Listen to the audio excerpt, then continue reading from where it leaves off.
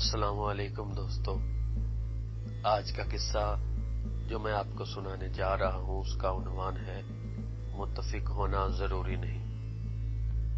رات کا آخری پہر تھا، میں گزشتہ صدی کے عظیم افسانہ نویس سے محو گفتگو تھا۔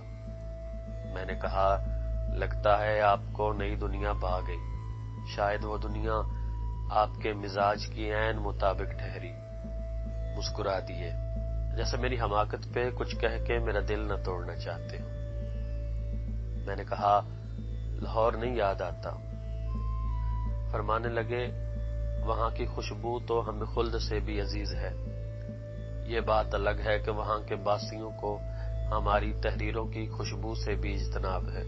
کچھ دن پہلے جناب رہبر کی جانب سے حکم ملا کہ حضور ملاقات کے متمنی ہیں۔ ہم فوراً اشتیاق کے دیدار لیے حاضر ہو گئے۔ فضا آپ کی مسکراہٹ سے متہر تھی۔ اصحاب کی قناتیں عشق کو جواں کر دیتی، سوگند ایسی کہ جنت کو بھی کاش آ جائے۔ سورگ میں سورگ کا ساما تھا۔ ان کی تعظیم تو کائنات پہ واجب ہے، یہ تو کرم ہے حضور کا کہ جب بھی جاتا ہوں گلے لگا لیتے ہیں۔ فرمانے لگے، سعادت حسن، لکھاری وہ جو بے باک ہو۔ تمہارے ملک میں کچھ لوگ ہماری مریدی کا دم بھرتے ہیں، جاؤ ذرا بابت معلوم کرو۔ میں سر تسلیم خم کیے مملکت خدا داد کے اس شہر میں تھا جس کے عوض بہشت بھی قربان کرنی پڑے تو غم نہ ہو۔ ہر لکھاری کے لیے اس کے کردار اولاد کی طرح ہوتے ہیں، اور کوئی بھلا اپنی اولاد کو کیسے بھول سکتا ہے؟ میں بھی نہیں بھولا۔ میرے کردار بے بس، کمزور شناخت کے مارے، لیکن اب حالات بدلے ہوئے تھے۔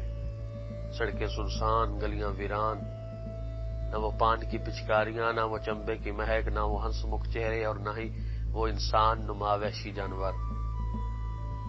دور ایک بینر پہ لکھا تھا، وبا کے باعث بازار بند ہے۔ میں خوش تھا کہ جناب رہبر کو جا کر نیک احوال بیان کروں گا۔ واپس جا رہا تھا کہ عرش کی جانب جاتی ہوئی ایک چیخ میرے کانوں سے ٹکرائی۔ میں ٹھٹک کر رہ گیا۔ چیخ کا تعاقب مجھے اندرون لاہور کی ایک گلی میں لایا۔ 3 منزلہ عمارت کی دوسری منزل تھی۔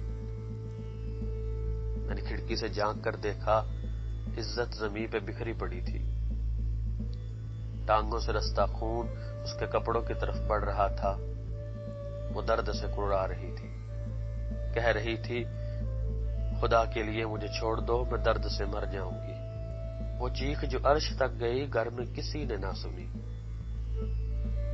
جوں جوں حرکت تیز ہو رہی تھی، تو سانسیں تھم رہی تھی۔ اس نے شلوار سے خون کو صاف کیا، نیم مردہ جسم کو نیچے پھینکا اور چلا گیا۔ میں واپس لوٹ آیا۔ جناب رہبر سے کچھ بیان نہ کر پایا۔ کچھ دیر بعد وہ اسی حال میں، بال بکھرے ہوئے، سرد آنکھیں، ہاتھ اکڑے ہوئے، جسم سے ٹپکتا لہو، جناب رہبر کے سامنے کھڑی تھی۔ جناب رہبر نے اسے دیکھا اور اشکبار نظریں جھکا لی۔ چونکہ یہ باتیں قصوں پہ مبنی ہیں، اس لیے متفق ہونا ضروری نہیں۔